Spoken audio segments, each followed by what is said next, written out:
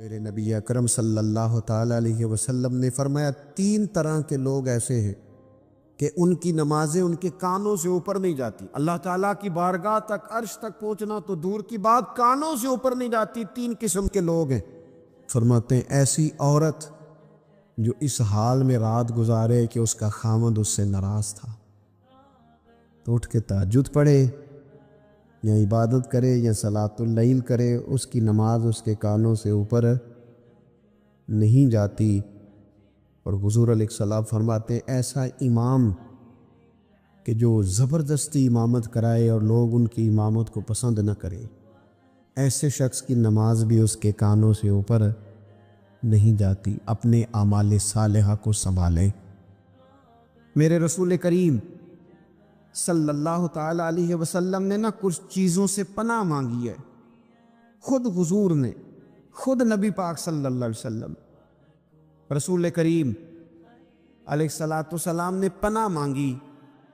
حضور فرمانے لگے اے اللہ مجھے کنجوسی سے، بخیلی سے پناہ عطا فرما۔ اور حضور نے باقاعدہ پناہ مانگی ہے کہ اے اللہ مجھے ارذل العمر ہونے سے پناہ میں رکھ۔ جب عمر اتنی زیادہ ہو جائے کہ وجود کے حصے کام کرنا چھوڑ جائیں، اس سے پناہ مانگی۔ اور خود میرے نبی پاک علیہ السلام نے قبر کے عذاب سے پناہ مانگی۔ یہ تعلیم امت کے لیے ہے کہ تم بھی پناہ مانگو عذاب قبر سے۔ قبر کا عذاب برحق ہے۔ قبر کے لیے تیاری کر کے رکھنا، اپنی قبر کو یاد رکھنا، مر جانے کو یاد رکھنا۔ حضرت سعد بن معاذ رضی اللہ تعالیٰ عنہ کا جب جنازہ تھا تو صحابہ کرام فرماتے ہیں حضور نے نماز جنازہ کی امامت فرمائی تو قبر کے تیار ہونے میں کچھ دیر تھی، تو رسول کریم صلی اللہ علیہ وسلم زمین پر بیٹھ گئے اور ایک لکڑی سے حضور زمین کریدنے لگے، لکڑی سے۔ ہم وہ انتظار تھے کہ اللہ کے رسول صلی اللہ علیہ وسلم سر مبارک اٹھائیں، ہمیں کو نصیحت کرے۔ فرماتے حضور نے سر اقدس اٹھایا تو حضور کی آنکھوں میں آنسو تھے، اور رو کے حضور فرمانے لگے، رو کے کہ اس قبر کے عذاب سے رب کی پناہ مانگو اور اس کے لیے تیاری کر لو، یہ بڑا سخت دن ہے۔ رو کے حضور نے فرمایا، رو کے۔ آج تو لوگ مذاق بناتے، آج لوگ مذاق اڑاتے۔ کچھ فقیر صوفی درویش کہلانے والے بھی وہ کہتے ہیں جو مولوی بتا رہے ہیں نا قبر میں بچھو ہوں گے، سانپ ہوں گے، یہ تو مولوی اپنی قبر بتا رہا ہے، تمہارا اس سے کیا لینا دینا ہے؟ خدا سے ڈریں۔ وہ چیزیں جو احادیث مبارکہ میں آ گئیں، جس سے نبی پاک نے ہمیں سمجھایا، آپ اس تنبیہ کو، اس نصیحت کو آپ اس رنگ میں لیں گے کہ مذاق بنایا جائے گا دین کا، بجائے اس کے کہ اس سے ڈرا جائے، بجائے اس سے۔ حضرت سیدنا براء بن عازب رضی اللہ تعالیٰ عنہ ارشاد فرماتے ہیں کہ میں نے نبی پاک صلی اللہ تعالیٰ علیہ وآلہ وسلم سے خود اس بات کو سنا ہے۔ خود رسول کریم صلی اللہ علیہ وسلم نے فرمایا، حضرت زید بن ثابت رضی اللہ تعالیٰ عنہ بھی اس بات کے راوی ہیں، فرماتے ہم جا رہے تھے تو 5-6 قبریں تھی، تو حضور نے فرمایا کن کی قبریں؟ ہم نے عرض کی یا رسول اللہ صلی اللہ علیہ وسلم یہ کافروں کی قبریں۔ یہ صحیح مسلم میں حدیث موجود ہے، کفار کی قبریں۔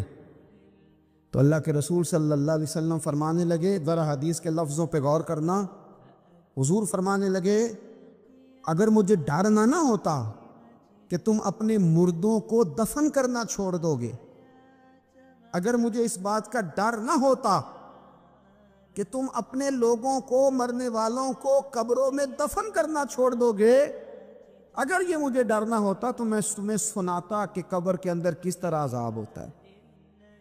تمہیں دنیا میں رہ کے میں سناتا، پر ڈر ہے کہ کہیں تم اپنے مرنے والوں کو قبروں میں دفن کرنا چھوڑ ہی نہ دو، اس لیے میں تمہیں یہ بات نہیں بتاتا۔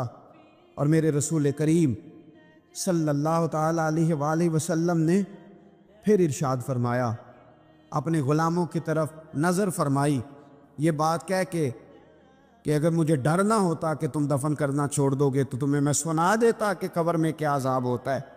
پھر حضور نے صحابہ سے فرمایا چلو بھائی دوزخ کے عذاب سے اللہ کی پناہ مانگو۔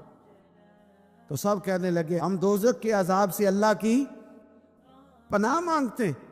پھر نبی پاک صلی اللہ تعالیٰ علیہ وسلم نے ارشاد فرمایا تم سب کہو کہ ہم قبر کے عذاب سے اللہ کی پناہ مانگتے ہیں۔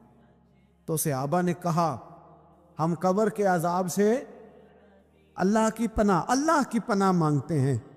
پھر میرے رسول پاک علیہ الصلوۃ والسلام نے فرمایا تم کہو، سارے یہ کہو کہ ہم ظاہری اور باطنی فتنوں سے اللہ کی پناہ مانگتے۔ تو صحابہ نے کہا کہ ہم ظاہری اور باطنی فتنوں سے اللہ کی پناہ مانگتے ہیں۔ پھر میرے محبوب علیہ السلام نے فرمایا تم کہو کہ ہم دجال کے فتنے سے اللہ کی پناہ مانگتے ہیں۔ تو صحابہ کرام نے کہا کہ اے اللہ ہم دجال کے فتنے سے تیری پناہ میں آتے۔ نبی پاک علیہ السلام نے یہ الفاظ کہہ کے یہ بات بتلا کے ہمیں سمجھا دیا، ہمیں قائل فرمایا محبوب نے۔ یاد رکھنا، اس بات کو اچھی طرح سمجھ لینا کہ اگر مجھے ڈر نہ ہوتا کہ تم اپنے مردوں کو دفن کرنا چھوڑ دو گے تو تمہیں بتلا دیتا کہ قبر میں کتنا سخت عذاب ہوتا ہے۔ اپنے معاملات پر غور کریں۔ ہمارا وہ کسی شاعر نے کہا تھا کہ مرنے کے بعد مجھ کو 2 گز زمین جو ملی تو دیکھو بعد مرنے کے ہی ہم جاگیردار ہو گئے۔ تو اصل تو جاگیر وہی ہے اور طے ہے۔ اتنا مرضی اے سی لگا کے کمرہ ٹھنڈا کر لیں، ٹائل پتھر لگا کے اس کو آپ صاف ستھرا کر لیں، اور آپ اٹھنے کی بھی تکلیف نہ کریں، ریموٹ کنٹرول کے ساتھ ہر چیز اپنے کمرے کی آپ کنٹرول کر لیں، پورا ہوادار کر لیں، لیکن آپ بچیں گے تب نہ جب قبر جنت کے باغوں میں سے باغ بنے گی۔ اگر وہ جنت کے باغوں میں سے باغ نہیں بنتی تو پھر فائدہ نہیں ہے۔ میرے رسول کریم صلی اللہ تعالیٰ علیہ وآلہ وسلم کے پیارے صحابی حضرت عثمان غنی رضی اللہ تعالیٰ عنہ فرماتے ہیں، یہ سنن ابو داؤد شریف کی حدیث ہے کہ حضور نے فرمایا جب میت کو دفن کر کے فارغ ہو جاؤ تو اس کی قبر پر کھڑے رہو۔ خود حضور بھی قبر پر کھڑے رہتے دفن کرنے کے بعد اور فرماتے اس کے ثابت قدم رہنے کی دعا کرو، اس لیے کہ اب اس سے سوال و جواب ہوں گے، اب فرشتے اس کی قبر میں آئیں، اب اس سے پوچھیں گے، اب اس کے ساتھ وہ امتحان ہوگا، تو اس کے لیے دعا کرو، قبر پہ کھڑے ہو کے دعا مانگو۔ ایک حدیث میں فرمایا کہ اتنی دیر دعا مانگو کہ جتنی دیر اونٹ ذبح کر کے کھال اتار کے گوشت بنا کے، اونٹ ذبح کرنا سب سے زیادہ مشکل ہے، اونٹ ذبح کر کے کھال اتار کے گوشت بنا کے بانٹ دیتے ہو، اتنی دیر مرنے والے کی قبر پہ کھڑے رہ کے دعا مانگا کرو، کیونکہ اب فرشتے آئیں گے، سوال و جواب ہوگا۔ تو عذاب قبر، مصنف عبد الرزاق میں حدیث ہے کہ ایک بندے کو صرف ایک کوڑا مارا گیا تھا قبر میں، ایک کوڑا، ایک درہ، تو اس کی ساری قبر میں آگ بھڑک اٹھی تھی۔ تو پوچھتا ہے کہ یہ ایک کوڑا مجھے کیوں مارا گیا؟ تو انہوں نے کہا ایک وجہ تو یہ تھی کہ تو پاکی پلیدی کا خیال نہیں کرتا تھا، اور دوسری وجہ یہ تھی کہ ایک دفعہ ایک مظلوم نے تجھ سے کہا تھا میری مدد کر، اور تو مدد کرنے پہ قادر تھا، تیرے اندر ہمت تھی، اور تو اس کی مدد کے لیے تیار نہیں ہوا۔ وہ ہمارا مشہور فکر ہے نا کہ سانو کی لگے، پرائی لڑائی پرائی آگن اسی گھر کیوں لے آئیے۔ تو وہ جو ہمارا خاص معاملہ ہے نا کہ کسی کی مدد نہیں کرنی، وہ ہمیں خراب کرتی ہے، ہمارے حالات بگڑ جاتے ہیں۔ ہم مدد کرنے پہ قادر ہوتے ہیں پر کسی مظلوم کی مدد، ایک کوڑا لگا تو پوری قبر میں آگ بھڑک اٹھی۔ عذاب قبر سے اللہ کی پناہ مانگی جائے، ڈرا جائے، اور آخرت کے لیے قبر کے لیے تیار۔ قرآن مجید نے کہا وَإِذَا الْقُبُورُ بُعْثِرَتْ، جب قبریں کریدی جائیں گی نا تو عَلِمَتْ نَفْسٌ مَا قَدَّمَتْ وَأَخَّرَتْ، پھر ہر جان لے گی کہ اس نے آگے کیا بھیجا اور پیچھے کیا چھوڑا۔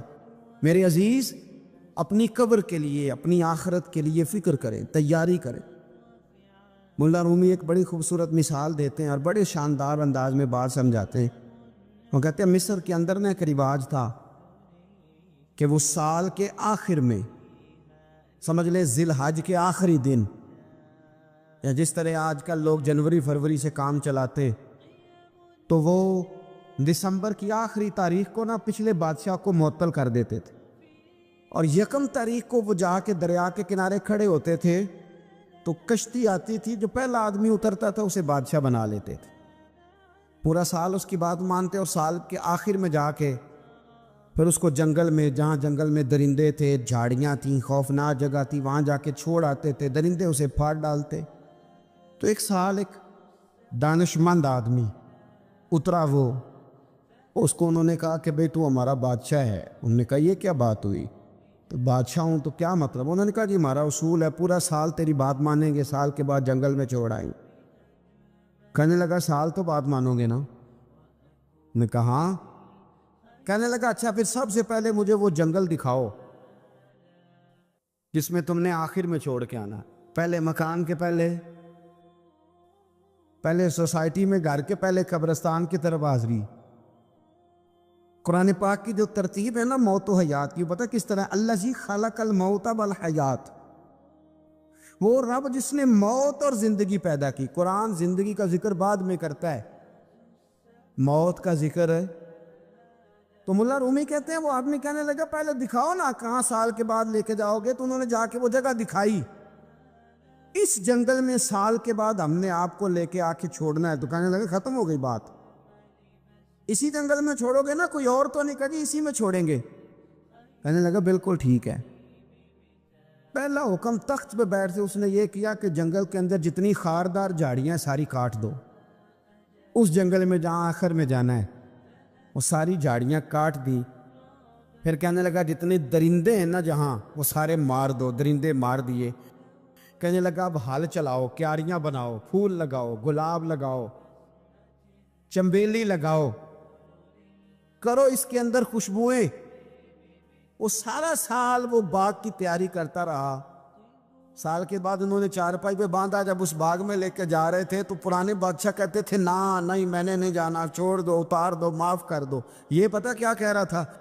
کہہ رہا تھا عجلونی، ذرا جلدی کرو، ذرا جلدی کرو، جلدی کرو، مجھے لے جاؤ خبر میں، اور جلدی سے مجھے وہاں چھوڑ کے آؤ جنگل میں۔ کیوں بھلا؟ اس لیے کہ اس نے فارغ بیٹھ کے موج نہیں کی، اس نے اپنی آخری جگہ کے پھل پودوں کی تیاری کی۔ او میرے بھائی، ہمارے پاس پیسہ آتا ہے تو گاڑی نہیں آتی ہے، اگر تھوڑا پیسہ زیادہ بڑھ گیا تو چلو وہاں بھی پلاٹ لے لو۔ کوئی بندہ بھی اپنی آخرت کے لیے، قبر حشر کے لیے سوچنے کو تیار ہے؟ جتنے مکان آپ نے بنانے ہیں نا، بچوں نے بعد میں لڑنا ہے، انہوں نے کہنا کارنے والا ابا مجھے کہہ گیا تھا کارنر والا تیرا ہے، نکاح تھا مجھے، ابا جی مجھے کہہ گئے تھے کہ تم پہلے بڑا ہو گیا تھا، تو کمائی کرنے لگ گیا تھا، لہذا یہ سارا تیرا ہی ہے۔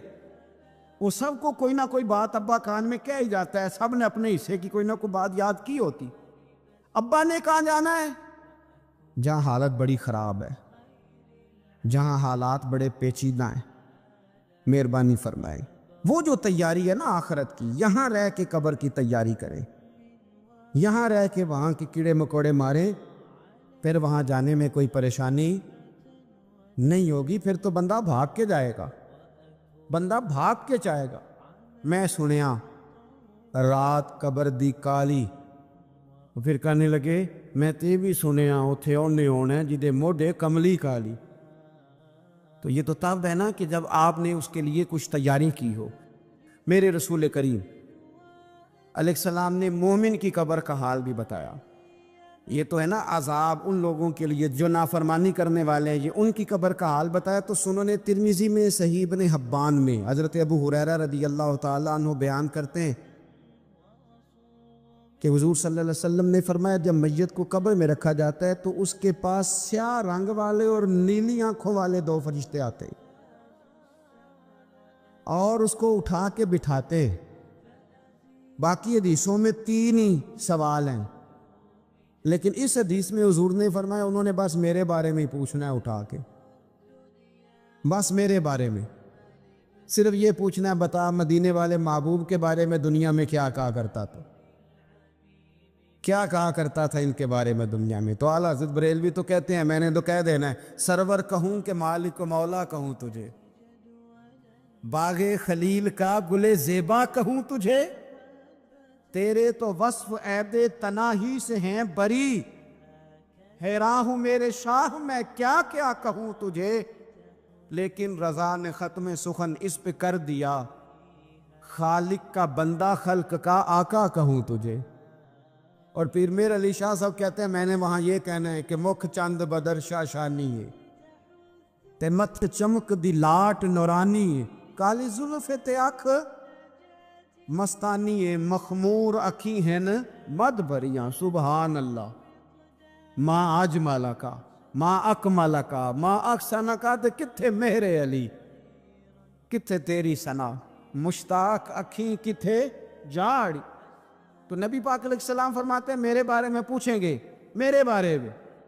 ویسے بھی ایک سوال لازمی ہوتا ہے نا، یہ والا سوال لازمی ہے، من ربو کا پوچھ کے نا تو جنت جہنم کا فیصلہ نہیں، ماں دینو کا پوچھ کے جنت جہنم کا فیصلہ۔ ہاں بات اگر ختم ہونی ہے تو مدینے والے کے سوال پہ ختم ہو، اس لیے کھل کے نعتیں پڑھا کرو، راج کے درود پڑھا کرو، یہ بات یاد رکھے۔ یہ فیصلہ حضور کی ذات پہ ختم ہونا ہے۔ میرے نا وہ شکایتیں کرتے ہیں نا لوگ آ کے، تو ایک بچی کو ہمارے ہاں داخل کرانے کے لیے ایک صاحب لے کے آئے، تو کہنے لگے بڑا عرصہ اسے فلانے مدرسے میں داخل کرایا، سوائے نعتوں کے کچھ بھی نہیں سیکھا اس نے۔ تو میں انہوں آکھیا چاچا جی جڑی اصل کام سی وہ تو سیکھ گئی نا تہاڈی بچی، قرآن و سنت بھی حضور کی نعت ہی ہے، لیکن آپ کو پتہ ہے کہ بات ختم مدینے والے کی نعت پہ ہی ہوتی ہے، حضور کا پیار اصل ہے۔ تو حضور فرماتے ہیں میرے بارے میں پوچھا جائے گا، وہ کہے گا کہ ان کے بارے میں کیا پوچھتے ہو، اشہد ان لا الہ الا اللہ واشہد ان محمدن عبدہ ورسولہ۔ تو فرماتے ہیں پھر اسے نا ایک طرف کھڑکی کھولی جائے گی تو جہنم کا دروازہ دکھایا جائے گا، اور اسے کہا جائے گا اگر تو سوالوں کے صحیح جواب نہ دیتا تو دوزخ میں جاتا، لیکن اب تو نے صحیح جواب دیے ہیں۔ تو حضور فرماتے ہیں اس کی قبر 70 گز چوڑی اور 70 گز لمبی کر دی جائے گی۔ کتنی جی؟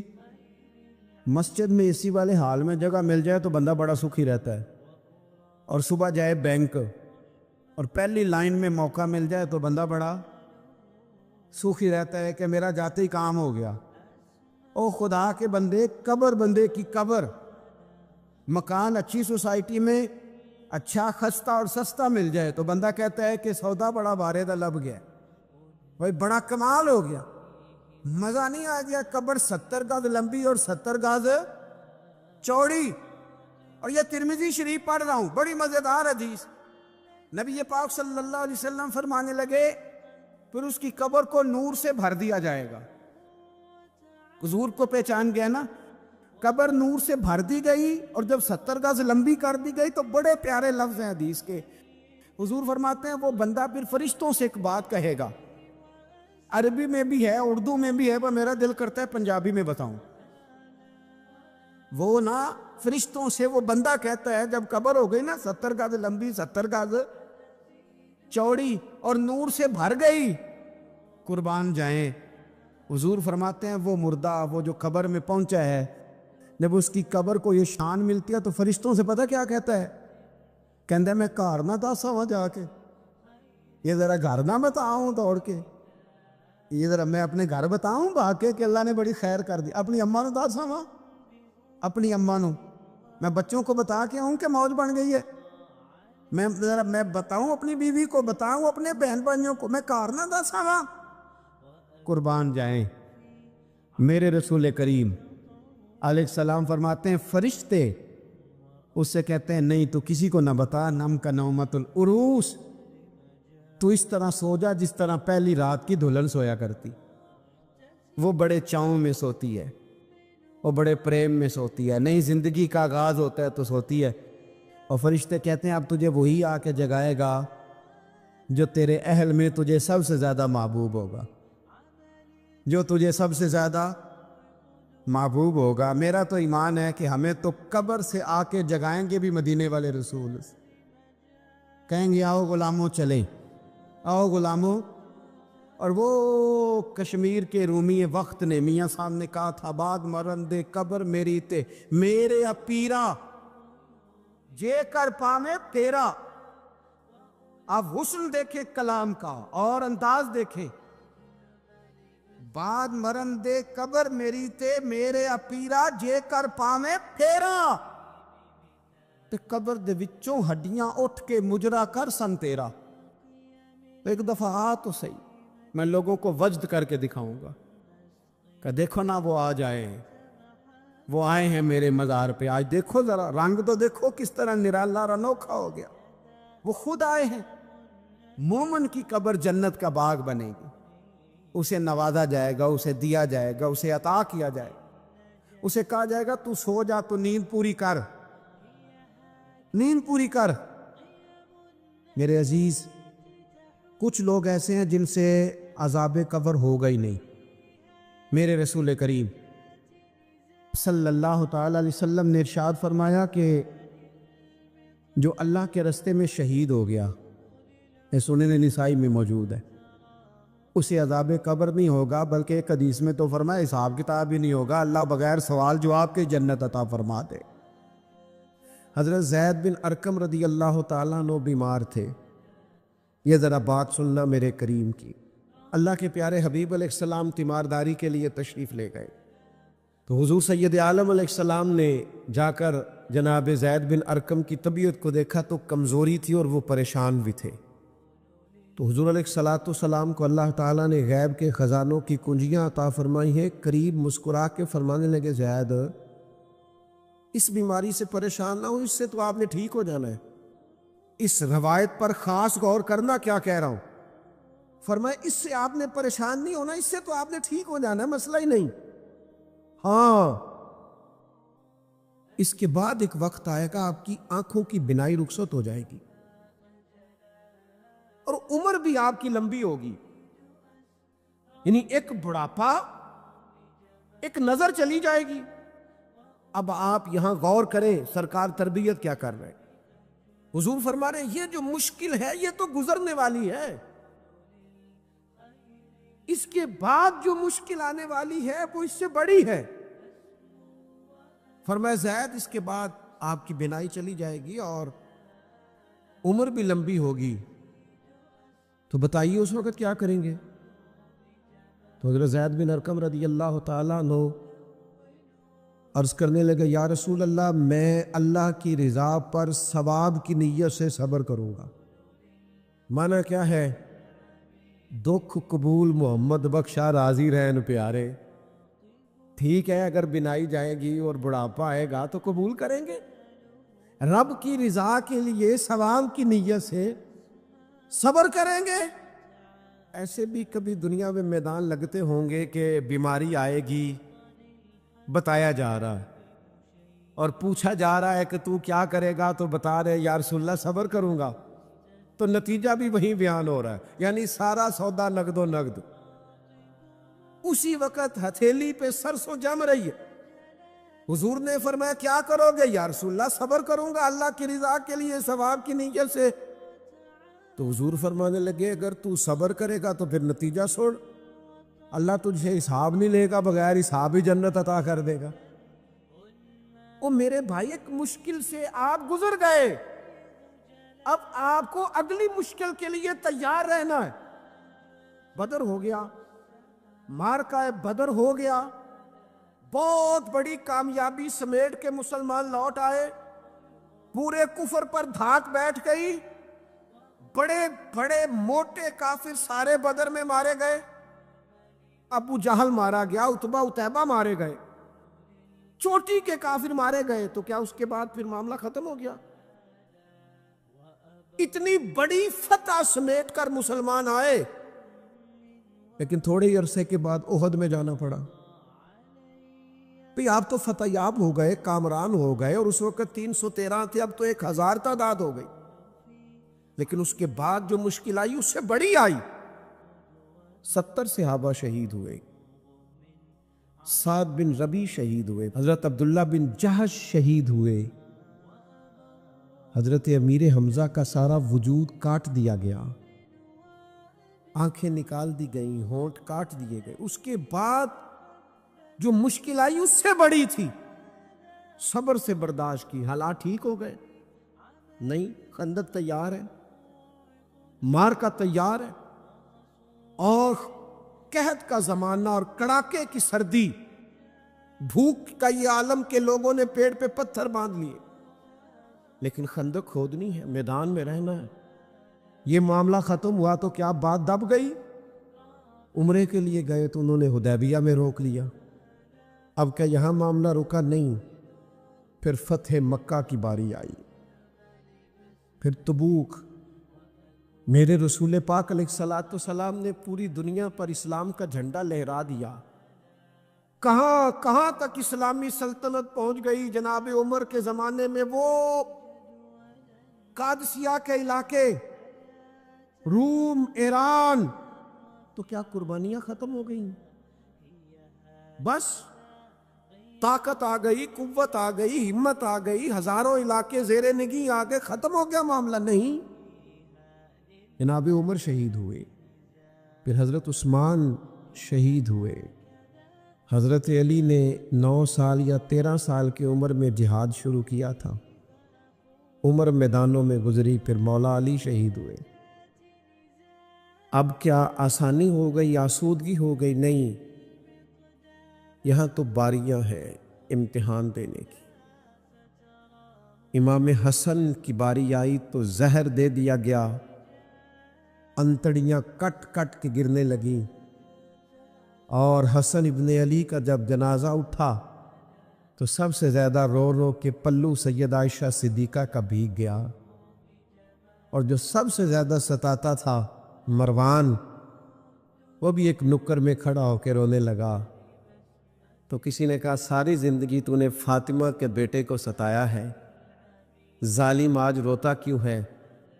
کہنے لگا میری مخالفت اپنے جگہ پر، جو اٹھ کے جا رہا ہے وہ رسول پاک کا مکمل نمونہ تھا۔ اس میں کوئی شک نہیں کہ صبر، رضا، استقامت، حسن عمل، حسن کردار، اخلاق عظیم، یہ ختم تھے۔ تو یہ امتحان تو جاری رہا۔ امام حسین کی باری آئی، چھوٹے تھے، زیادہ لاڈلے تھے، زیادہ پیارے تھے۔ کچھ لوگ ایک کا لاڈ دیکھتے ہیں، کچھ کئیوں کے لاڈ دیکھتے ہیں۔ نانا کا بھی لاڈ دیکھا، اور والدہ کا بھی دیکھا، والد کا بھی دیکھا، بہنوں کا بھی دیکھا، بڑے بھائی کا بھی دیکھا۔ حسین سب سے لاڈلے تھے۔ حسن کی بھی کیا بات ہے، امام علی مقام کی کیا بات، پر امام حسین سب کے لاڈلے تھے۔ لیکن جب امتحان دینے کی باری کربلا میں آئی تو اکیلے کھڑے تھے، نہ پشت پر نانا، نہ ہاتھ میں شیر خدا کی انگلی، نہ پلٹ کے جا کے ماں کے پلو میں چھپنے کا موقع، نہ حسن موجود ہے کہ بڑے بھائی سے مشورہ لے لیا جائے، کوئی نہیں۔ یہ کون ہے اٹا ہوا، غبار میں اٹا ہوا؟ یہ نبی کا نور عین ہے، یہ بالیقین حسین ہے، اکیلے، اور باقی جتنے تھے وہ سارے چھوٹے تھے۔ وہ بڑا مشکل کام ہو جاتا ہے جب آپ سب سے بڑے ہو جائیں اور صرف آپ کو تسلی دینی ہے، صرف آپ کو دوسروں کو سنبھالنا ہے، وہ بڑا مشکل مرحلہ ہوتا ہے۔ لیکن امام حسین نے اس مشکل مرحلے کو اس طرح گزارا کہ وہ بڑے تھے نا، بس اتنا کہوں گا کہ حسین وہاں پر شکر کرتے تھے جہاں پر صبر مشکل تھا، وہاں پر شکر کرتے تھے جہاں پر صبر مشکل تھا، جہاں صبر مشکل سے ہوتا ہے وہ وہاں گردن جھکا کے کہتے تھے آمنا وصدقنا، ٹھیک ہے، دکھ قبول محمد بخشا، بس راضی رہن پیارے۔ آپ اس بات کو یاد رکھیں اور اس کو اچھی طرح سمجھ لیں کہ آپ جب تک مزاج مشقت کا نہیں بناتے، ایک کے بعد دوسری، دوسری کے بعد تیسری، تیسری کے بعد چوتھی، مشقت راہ دیکھ رہے، اور جو مشقتوں کے عادی نہیں وہ پھر پچھلی صفوں میں ہے۔ جو مشقتوں کے عادی نہیں، وہ پھر کسی صورت بھی نہ نام بنا سکتے ہیں نہ کام کر سکتے ہیں۔ جس کو آرام کرنا ہے، جس کو سکون سے سونا ہے، وہ منزل نہیں پا سکتا۔ آپ کو آگے بڑھنا ہے، آپ کو جد و جہد کرنی ہے، آپ کو کوشش کرنی ہے، آپ کو باہمت رہنا ہے۔ حضرت عمر سے کسی نے کہا تھا کہ میں آپ سے ملنا تو چاہتا تھا، اور دوپہر کا ٹائم تھا، میں آیا نہیں، کہیں آپ سو نہ رہے ہو۔ تو جناب عمر رو پڑے، فرمانے لگے سویا کرتا تھا کبھی، جب سے ابو بکر یہ چابیاں میرے ہاتھ میں دے گئے ہیں نا، تو دن کی بات کرتا ہے، میں رات کو نہیں سو پاتا، اٹھ اٹھ کے حضور کی امت کی خبرگیری کرتا ہوں۔ رات جگہ میرا نصیب بن گئے ہیں، آنکھوں کی نیند رخصت ہو گئی ہے، لہجوں میں آرام نکل گیا ہے۔ اور بھائی، جب آپ کو جد و جہد کرنی ہے، جب آپ کو آگے بڑھنا ہے، ذہن بناؤ یار، طبیعت بناؤ، آگے بڑھنا ہے، مشقت کرنی ہے، نیند تھوڑی کم لینی ہے، زبان کے ذائقے مزے کے کھانے تھوڑے کم کرنے۔ ہم نے اپنی مرضی سے وہ لیٹے ہیں، وہ آرام کر رہے ہیں، اس سے تھوڑا اٹھ کر سوچنا۔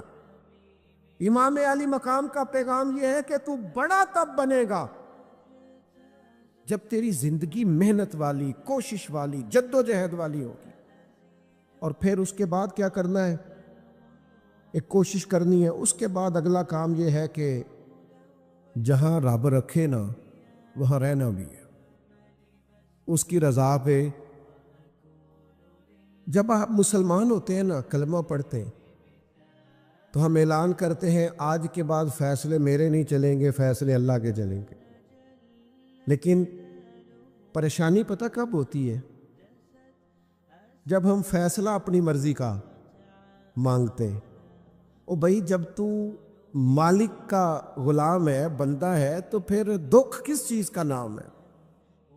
کسی درویش نے کہا تھا دکھ اس چیز کا نام ہے کہ اللہ کی مرضی اور ہے اور تیرا ارادہ اور ہے۔ تو کہتا ہے بات اس طرح بنے جس طرح میں چاہتا ہوں، اور رب کہتا ہے نہیں، میں نے فیصلہ کر لیا ہے۔ پھر تو دکھی ہوتا ہے۔ سکھی بھلا کون ہوتا ہے؟ جو رب کر دے وہ کہے بالکل ٹھیک ہے، وہ کہے بالکل۔ اور قرآن مجید نے اسے بیان کیا، رضی اللہ عنہم ورضوا عنہ۔ یہ کربلا کا دوسرا پہلو، ایک پہلو مشقت جد و جہد، ایک پہلو یہ کہ رضی اللہ عنہم ورضوا عنہ۔ اللہ کہتا ہے میرے بندوں کی شان یہ ہے کہ اللہ ان سے راضی ہے اور وہ اللہ سے راضی ہے۔ اللہ ان سے راضی ہے اور وہ بھی راضی ہے اللہ سے۔ اللہ نے جہاں رکھا ہے وہ اللہ سے۔ ایک پہلو یہ ہے کہ اللہ راضی ہو جائے، ایک پہلو یہ ہے کہ بندہ راضی ہو جائے۔ رب فرماتا ہے ذالک الفوز العظیم، وہ اللہ سے راضی، اللہ ان سے راضی، یہ بہت بڑی کامیابی ہے۔ امام محمد غزالی رحمۃ اللہ علیہ سے کسی نے کہا تھا زیادہ مشکل کیا ہے، اللہ کا راضی ہونا کہ بندے کا؟ تو امام صاحب فرمانے لگے رب تو مہربان ہی بڑا ہے، بڑی جلدی راضی ہو جاتا ہے۔ دو صرف آنسو بہائے سچی توبہ کے مالک راضی ہے۔ کسی غریب کی مدد کر دے اخلاص سے، اللہ راضی ہے۔ اللہ تو جلدی راضی ہو جاتا ہے، مشکل یہ ہے کہ بندہ نہیں راضی ہوتا۔ یہ اس نے ہر روز ایک نئی امید لگائی ہوئی ہے، ہر روز اس کا نیا رنگ ہے، یہ راضی نہیں ہوتا۔ حضرت موسیٰ علیہ السلام نے اللہ کی بارگاہ میں عرض کی، مالک میری قوم یہ عرض کرتی ہے کہ تو بتا تو ہم سے کیسے راضی ہوگا۔ حضرت موسیٰ اپنی قوم کی عرض لے کر مالک کی بارگاہ میں کوہ طور پہ حاضر ہے۔ او یارو اسے دل کی تختی پہ لکھ لینا۔ عرض کی مالک میری قوم کہتی ہے رب کریم کے حضور عرض کریں کہ ہمیں بتائے ہمارا رب ہم سے کیسے راضی ہوگا۔ تو حضرت کلیم کہتے ہیں جب رب کی بارگاہ میں عرض کیا تو مالک نے فرمایا ان سے جا کے کہو وہ مجھ سے راضی ہو جائیں، بس وہ راضی ہو جائے میں بھی ان سے راضی ہو جاؤں گا۔ حضرت سیدنا عبداللہ ابن عمر رضی اللہ تعالیٰ عنہ کا صاحبزادہ بڑا سخت علیل ہو گیا، بچے بیمار ہو جائیں تو تکلیف بڑی ہوتی ہے انسان کی طبیعت کو. حضرت عبداللہ ابن عمر کے بیٹے بڑے سخت علیل ہو گئے. جناب عبداللہ ابن عمر بڑے پریشان ہیں، کبھی ادھر جاتے ہیں کبھی ادھر جاتے ہیں. اس حکیم کے پاس اس طبیب سخت پریشان. آپ کے دوست احباب دیکھتے ہیں کہ حضرت عبداللہ ابن عمر بڑے سخت آزمائش میں، بیٹے کا انتقال ہو گیا، صحت نہ ہو سکی، اللہ کا حکم آ گیا. اب یہ جو انتقال ہے یہ ظاہر ہے بیماری سے زیادہ مشکل کام ہے، بیٹا چلا ہی گیا ہے. لیکن وہ لوگ کہتے ہیں جب ہم بعد میں تعزیت کرنے کے لیے گئے تو جناب عبداللہ ابن عمر کو بڑا مطمئن دیکھا. تو ہم نے عرض کی کہ حضور اس وقت تو صرف بیمار تھا تو آپ زیادہ تسلی میں نہیں تھے، اور اب آپ بڑے تسلی میں محسوس ہوتے ہیں، وجہ؟ تو فرمانے لگے جب تک میری ذمہ داری تھا نا میں پریشان تھا، اب خدا کے کرم اور رحمت کی جگہ پہ چلا گیا، اللہ کا فیصلہ آ گیا ہے، اور میں سمجھا ہوں کہ میرا رب اسے اپنی بارگاہ میں بلانا چاہتا ہے، لہذا میں پورے طور پر مطمئن. اب میں اللہ کی رضا پہ پوری طور پر راضی ہوں. میرے عزیز جب تک یہ رضا حاصل نہیں، کیا لطیف انداز ہے. وہ ہمارے ایک بڑے زبردست رائٹر تھے صاحبزادہ خورشید احمد گیلانی مرحوم، ان کا ایک مضمون چھپا ایک دفعہ، امت کا پہلا صوفی. تو وہ ٹائٹل دیکھ کر مجھے بڑی تجسس ہوا کہ کس کو، چونکہ ہم صوفیاء کی جماعت ہے، کس بزرگ کا تذکرہ کیا انہوں نے، امت کا سب سے پہلا صوفی. تو جب مضمون کھولا تو امت کا سب سے پہلا صوفی انہوں نے جناب صدیق اکبر کو قرار دیا. فرمایا یہ پہلے درویش ہے اس امت کے، حضرت ابو بکر صدیق. حضرت ابو بکر صدیق علیل ہو گئے، بیمار ہو گئے. تو یہ دیکھیے ذرا ان کا انداز تصوف. تو یار دوست پتہ لینے گئے تو ایک روٹین ہوتی ہے نا، جب لوگ تیماردار کرنے جاتے ہیں تو کہتے ہیں کسی ڈاکٹر کو دکھایا. سب لوگ آپ کے گرد بیٹھے ہیں تو کہنے لگے ابو بکر طبیب کو دکھایا ہے؟ فرمانے لگے ہاں طبیب دیکھ گیا ہے، اور طبیب دیکھتا رہتا ہے. تو کہا پھر طبیب نے کیا کہا ہے؟ کہنے لگے طبیب نے کہا فعال لما یرید. طبیب نے کہا ہے بھئی جو میں چاہتا ہوں نا وہ میں کر دیا کرتا ہوں، جو میرا ارادہ ہوتا ہے پھر وہ میں کر دیتا ہوں. وہ طبیب مجھے کہہ گیا ہے، لہذا جو اس کا ارادہ ہونا ہے اس نے. اب وہ جو ارد گرد بیٹھے تھے وہ بھی تو صحابہ تھے نا، اس باریک بات کو فوراً سمجھ گئے. کہنے لگے اللہ تجھے جزا عطا کرے. او یارو تھوڑے دن اگر سکھ سے جینا چاہتے ہو تو ایک ہی علاج ہے، ایک ہی، مالک کی رضا میں راضی رہو. نہ سمجھ آئے تو پھر کربلا والے امام حسین کی طرف دیکھنا، وہ نانا کے کندھوں پہ تھے پھر بھی بڑے خوش تھے، وہ ماں کی گود میں تھے پھر بھی بڑے خوش تھے، شیر خدا کی باہوں میں تھے پھر بھی بڑے خوش تھے، حسن کے ساتھ سفر حج پہ تو بھی بڑے راضی تھے، اور جس دن رجب کے مہینے میں مدینہ چھوڑ رہے تھے تو اس دن بھی کہہ رہے تھے مالک میں تیری رضا پہ راضی ہوں. اور حسین ابن علی رضی اللہ تعالیٰ عنہ نے ہمیں یہ معیار دیا ہے، جس دن شبیہ مصطفیٰ علی اکبر ان کے گھر میں پیدا ہوئے تھے حسین اس دن بھی بڑے راضی تھے. اور جب اللہ اکبر کہہ کے زخم کھا کے جناب علی اکبر گھوڑے سے زمین پر تشریف لائے تھے اور جوان بیٹے کو سہارا دے کر انہیں اٹھانا پڑے تھا، حسین اس دن بھی رب کی رضا پہ بڑے راضی تھے. اور جب چھوٹا سا بیٹا ان کی گود میں اس کی سانسیں اکھڑ رہی تھی تو امام علی مقام اس وقت بھی اپنے رب کی رضا پہ بڑے ہی راضی تھے. حد ہو گئی، جس گلے کو محبوب چومتے تھے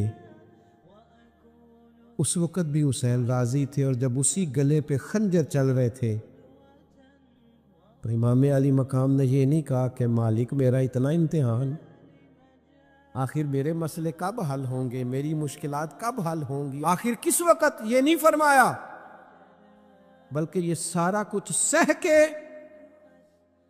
دونوں ہاتھ زمین پہ بچھا کے سجدہ شکر ادا کر کے کہا مالک جہاں تو رکھے حسین وہاں راضی ہے۔